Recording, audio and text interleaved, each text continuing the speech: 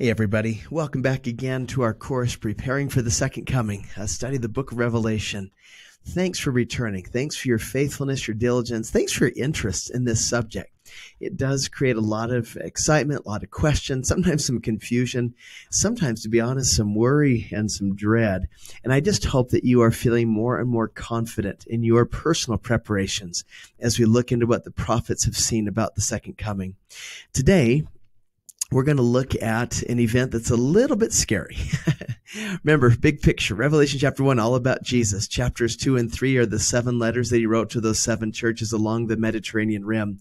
Chapters 4 and 5, he has that throne theophany where he receives a book sealed with 7 seals. And then he gives us an overview of those events, the events of the 7 seals, each seal representing 1,000 years of the earth's history. And that's Revelation chapters 6 through 9. Chapter 10 is the little book interlude, tells us more about his mission call. Chapter 11, the 2 prophets killed in Jerusalem.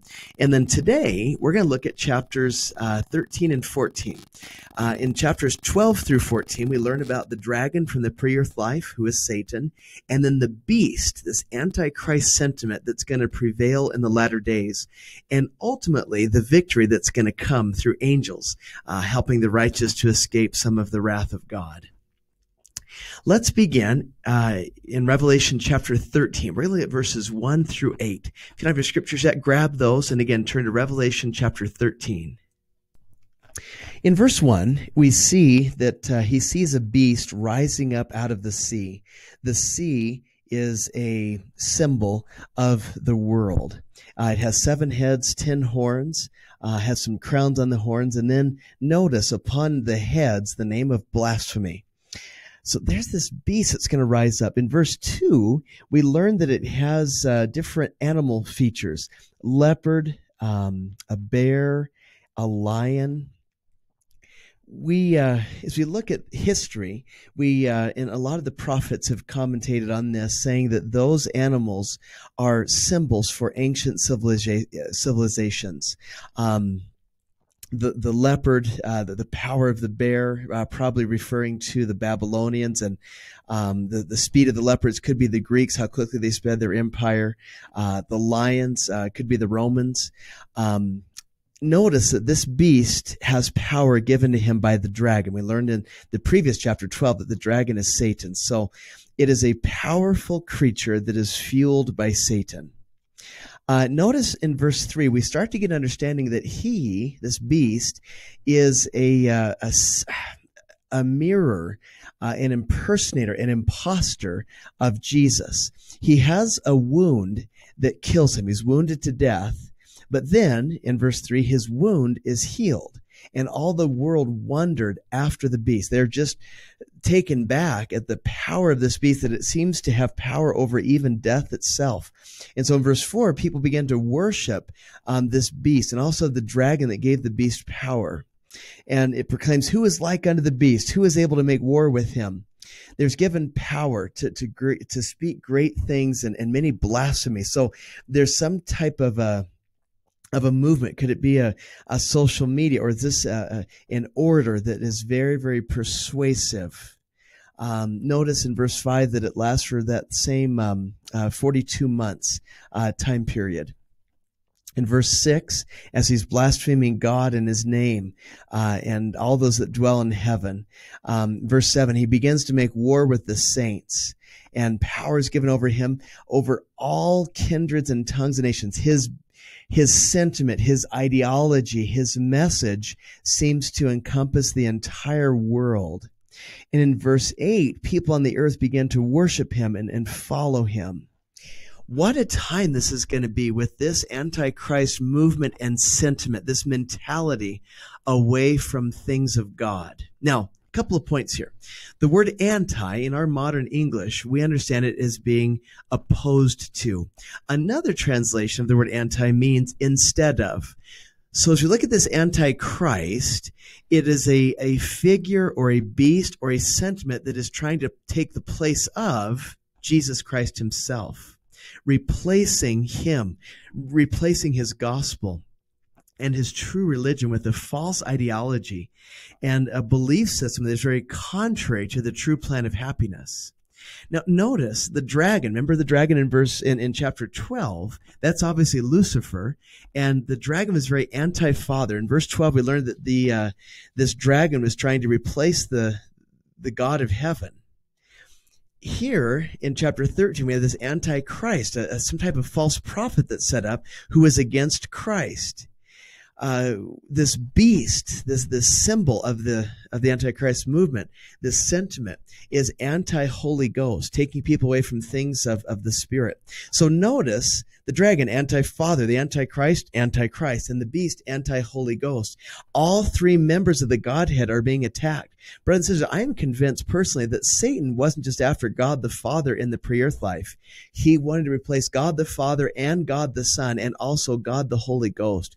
He was after the entire Godhead, not just after one of them. Now, for application, I hope that as you see different Antichrist posts, messages, ideologies, sentiments, things that are leading people away from Christ, things that are leading people away from the Holy Ghost, that you can take a stand, that you can combat those evil satanic forces and know that they are all fueled by the dragon, Lucifer, that Antichrist sentiment.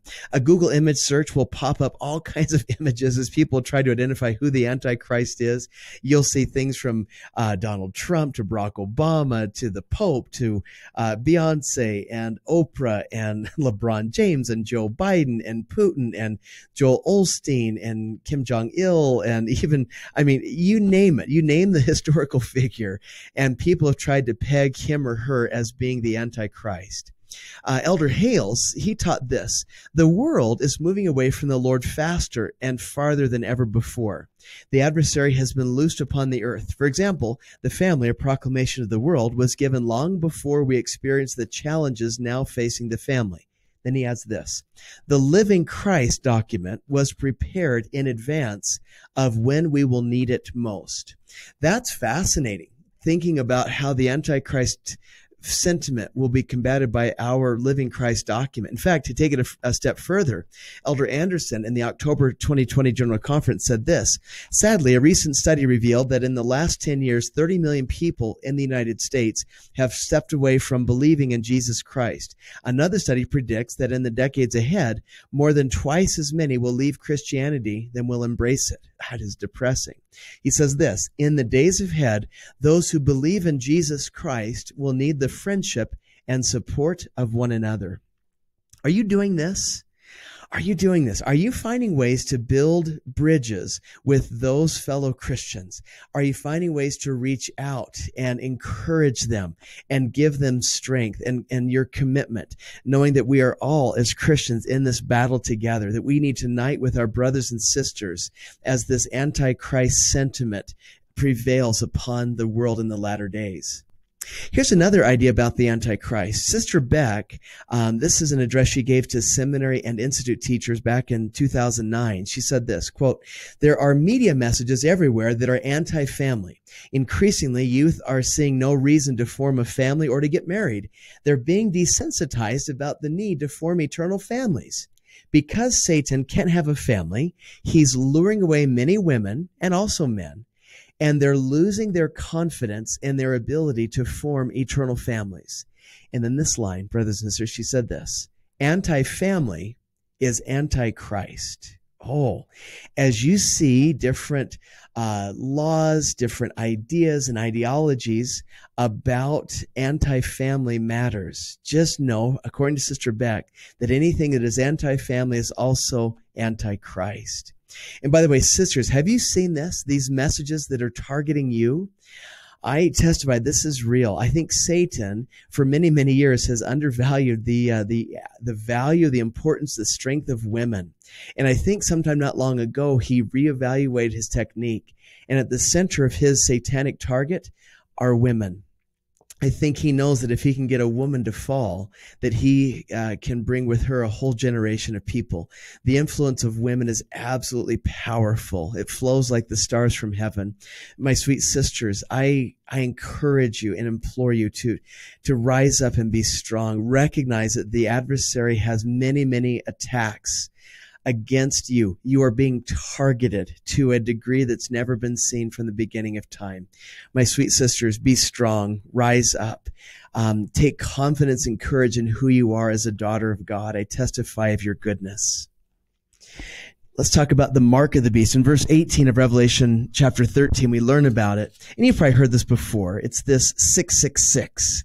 The mark of the beast being 666. What is that? We don't know exactly. However, some people wonder if it's Caesar, the Nero Caesar that's alive during John's day. If you take Nero Caesar and transliterate that word into Hebrew, the numerical value is 666. The same is true with the word beast itself. If you transliterate it into Hebrew, the numerical value is 666. Other ideas, the roulette numbers, they happen to add up to be 666. Is the anti-beast movement part of a gambling society? Maybe. Solomon's wages in the Old Testament, 1 Kings chapter 10, verse 14, they were 666 talents of gold. So maybe this Antichrist, like Solomon, is a good man who's become corrupted. That's another idea that's floated around. I love the idea that the Greek term for mark is charagma. And charagma means a brand that a master places upon an animal or on a slave. It's the mark also left by a serpent's bite, the charagma. So I personally, my takeaway with what the mark of the beast is, this 666, and there's all kinds of ideas out there with, coronavirus, all kinds of things, credit cards, and you name it. I love the imagery of this brand being placed upon animals or slaves, or the mark left by a serpent's bite. The mark of the beast, I think, is just an indication that someone has been bitten or branded by Satan. They've bought into his scheme and they don't want to repent, and they are engulfed in it and they don't want to turn away, unfortunately. Elder McConkie taught that all the governments of the earth are in league with this great horror. From time to time, they do such thing as prohibit the worship of God. They deny the freedom of religion. They fail to guarantee the free exercise of conscience. They enact laws which curtail the agency of man. They require the teachings of false principles in schools. They deny churches the right to teach their doctrines. They fail to punish crime and protect the rights of their citizens. This anti-beast sentiment is permeated into education and government and politics. That's taught very clearly, not only in the book of Revelation, by Latter-day Prophets as well. We're going to pause here, and in part 2, we're going to look at what Nephi saw about this Antichrist sentiment and movement. But brothers and sisters, I would invite you, as you are watching news, as you see social media posts, as you watch different political campaigns, please be aware that the Antichrist, this beast, this movement, this sentiment, this mentality is alive and well in our day. We've got to watch and be ready so that we're not deceived. In the name of Jesus Christ, amen.